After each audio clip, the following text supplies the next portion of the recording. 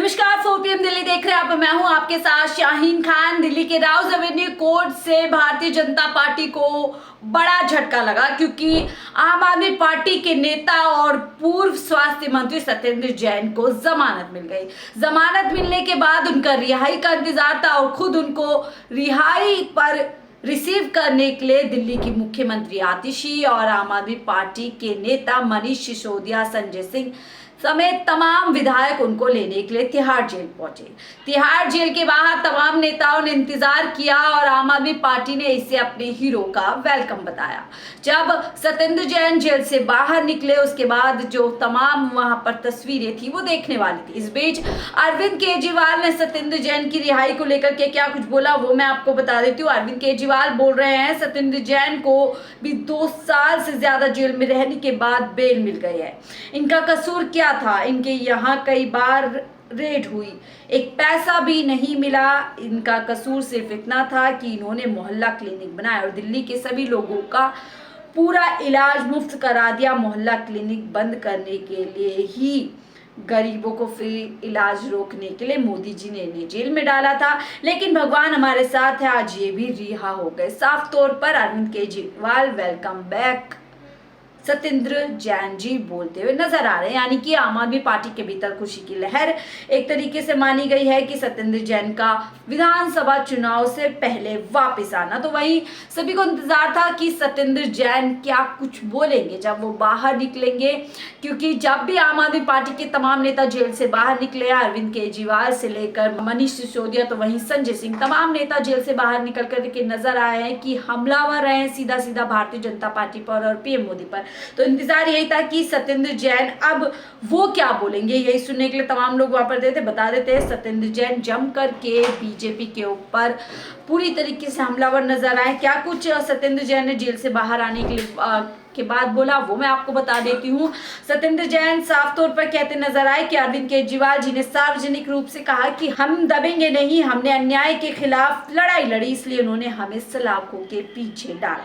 सत्येंद्र जैन को किया गिरफ्तार क्योंकि मोहल्ला क्लिनिक ना बन जाए। दिल्ली के अस्पतालों में 18,000 बेड्स बढ़ाए जा रहे थे, ऐसा दुनिया में कहीं भी नहीं हुआ था। अरविंद केजरीवाल जी ने कहा था कि हम यमुना साफ करेंगे, लेकिन इन्होंने लगा कि यमुना साफ ना हो जाए इसीलिए इन्हें रोका, लेकिन हम डरेंगे नहीं, हम सारे बचे हुए काम करके रहेंगे। सत्येंद्र जैन बाहर निकले। साथ ही सत्येंद्र जैन ने जीएसटी का मामला भी छेड़ा क्योंकि जीएसटी एक बड़ा मुद्दा देश के अंदर है। उस पर वो कह रहे हैं जो जीएसटी वाला पहले 5,000-6,000 रुपए रिश्वत लेकर जाता था, आज वो 1 करोड़ रुपए रिश्वत मांग रहा है। ऐसे में व्यापारी कहाँ से व्यापार करेगा? बीजेपी वाले कहते हैं हमारी जीडीपी बढ़ गई। कहाँ से बढ़ गई? इस देश के 100 करोड़ लोगों की जीडीपी 30,000 सालाना से भी कम है। केजरीवाल जी ये सब सच बोलते हैं तो उनके पीछे पड़ जाते हैं। केजरीवाल जी उनका साथ देने वालों को छोड़ेंगे नहीं। यानी कि साफ तौर पर यहाँ पर सत्येंद्र जैन कह रहे हैं क्योंकि अरविंद केजरीवाल साफ बोलते हैं, बीजेपी के ऊपर हमला करते हैं, पीएम मोदी से सवाल करते हैं, उसी के चलते उनके साथ और उनके तमाम पार्टी के बड़े नेताओं के साथ इस तरीके से व्यवहार किया गया। जेल के बाद उन्हें जेल भेजा गया। वही सत्येंद्र जैन ने कहा आम आदमी राजनीति में आकर इनकी भ्रष्ट दुकानदारी ना बंद कर दे, इसलिए इन्होंने हमें जेल में डाला। ये देश के सभी रिसोर्सेज सिर्फ 2 लोगों को ही दे रहे हैं, जबकि अरविंद केजरीवाल जी सभी के लिए काम कर रहे हैं। लड़ाई 2 लोगों के लिए काम करने वाली सरकार वर्सेस अरविंद केजरीवाल के बीच की है। यानी कि वही बड़ा हमला सत्येंद्र जैन ने भी सीधा यहाँ पर केंद्र में बैठे सरकार के ऊपर किया है, जो पिछले कई सालों से विपक्ष में बैठे तमाम नेता राहुल गांधी से लेकर अन्य विपक्षी दल करते आए हैं। यानी 2 जो उद्योगपति हैं उन्हीं के लिए सरकार में बैठने का, उन्हीं के लिए सरकार में बैठकर काम करने का आरोप लगातार विपक्ष की तरफ लगाया जा रहा है। क्या कुछ और सत्येंद्र जैन कह रहे हैं सुनिए इस वीडियो में। अरविंद केजरीवाल को बदनाम करना चाहते, दिखाना चाहते कि तुम भी तो हमारे जैसे हो। अरे भाई तुम्हारे जैसे नहीं है। ये नेता लोग क्या कहते हैं अरविंद केजरीवाल ही हमारे जैसा हो गया। अरे भाई ऐसा नहीं है। अगर ऐसा होता ना तो पलटी मार जाते, जेल नहीं जाते। भाई जेल जाने वाला ऐसा नहीं होता, पलटी मार जाते 1 मिनट के अंदर। पलटी मार दे तो फिर जेल नहीं जाते। अरविंद केजरीवाल भी जेल गए, उनके सारे सिपा सालार जेल गए और बचे हुए भी जाएंगे, ये भी ध्यान रखना। जितने नीचे खड़े हुए खुश हो तो ना, तुम्हारा नंबर भी आएगा, सबको जाना पड़ेगा एक एक बारी करके। तो आपने साफ तौर पर सुना, सत्येंद्र जैन एक तरीके से दहाड़ रहे हैं। जैसे ही जेल से बाहर निकल कर आए, उन्होंने साफ एक और बात कही कि बीजेपी वाले अरविंद केजरीवाल जी को बदनाम करना चाहते हैं और अपने जैसा दिखाना चाहते हैं। ऐसा नहीं, अगर ऐसा होता तो अरविंद केजरीवाल जी कभी जेल नहीं जाते, बल्कि पलटी मार जाते। यानी कि साफ तौर पर कह रहे हैं कि अरविंद केजरीवाल को भी यहाँ पर पूरी तरीके से बुरा बनाने की कोशिश की गई है, बदनाम करने की कोशिश की गई है। लेकिन वहीं जब अरविंद केजरीवाल और तमाम आम आदमी पार्टी के नेता यहाँ पर वेलकम कर रहे हैं सत्येंद्र जैन का, तो वहीं बीजेपी ने बड़ा तंज यहाँ पर आपके ऊपर कहा है, क्योंकि आज ही सुप्रीम कोर्ट ने कहा है नेताओं में जमानत मिलने के बाद समर्थकों के साथ रैली निकालने की प्रवृत्ति बन गई है, जमानत पर बाहर आए हैं, आखिर ऐसा जश्न क्यों। सुप्रीम कोर्ट की तरफ से टिप्पणी कही है, उसी को रीट्वीट करते हुए यहाँ पर बीजेपी दिल्ली की तरफ से कहा गया है, भ्रष्टाचारी आप ये जश्न तो ऐसे मना रहे हैं जैसे कोई जंग जीत कर आए हो। अरे भाई, जेल से बेल पर आए हो, बरी होकर नहीं।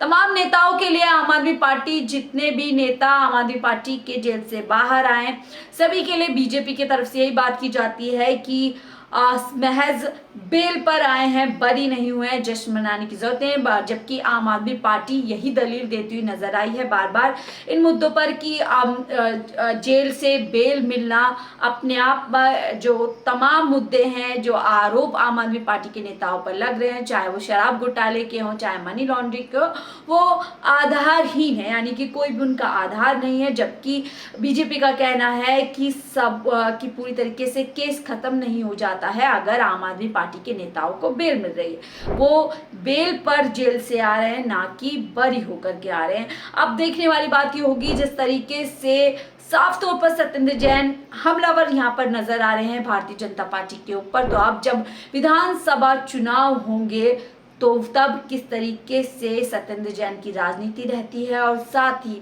सत्येंद्र जैन की क्या भूमिका अब आम आदमी पार्टी के भीतर रहेगी, क्योंकि वो पहले अपने तमाम पदों से इस्तीफा दे चुके हैं। ऐसे में कोई इनको नई जिम्मेदारी मिलेगी या किस तरीके से वो अब दिल्ली की राजनीति में अपनी भूमिका निभाते हुए नजर आएंगे, ये अपने आप में बड़ा सवाल। बहरहाल, आपको क्या लगता है, अब आम आदमी पार्टी को क्या तमाम नेताओं के बाहर आने से मजबूती मिलेगी? हालांकि अभी आम आदमी पार्टी के एक और नेता अमानतुल्लाह भी जेल के अंदर हैं, जो आपने पिछले दिनों देखा होगा, वो भी इसी तरीके से एक मामले के अंदर गिरफ्तार किए गए थे। हालांकि पूरी तरीके से बात की जा रही थी कि सिर्फ पूछताछ की जाएगी, लेकिन घंटों की पूछताछ के बाद उन्हें भी ईडी सीबीआई एजेंसी द्वारा गिरफ्तार कर लिया गया था। अब बड़ा सवाल यही उठ रहा है, क्या वो विधानसभा चुनाव से ठीक पहले बाहर आएंगे?